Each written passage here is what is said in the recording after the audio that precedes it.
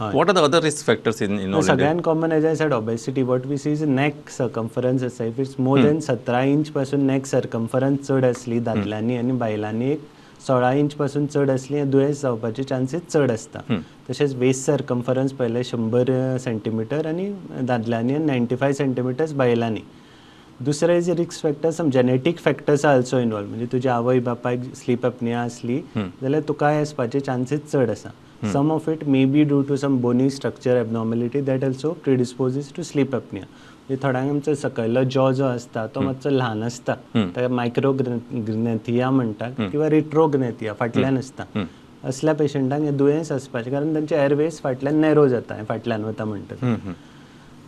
दुसरें म्हणजे दादल्यांनी हें प्रमाण युजली चड आसता. Female sex hormones are usually protective, पूण जशी मेनोपॉज जाता female sex hormone levels reduce, बायलांनी सुद्दां दुयेंस मागीर वाडूंक लागता. अच्छा. आनी तिसरें even something like polycystic ovary disease, जातून obesity incidence is very high. Latest studies have found out almost 50 to 70% पेशंटांक स्लीप एपनिया आसता.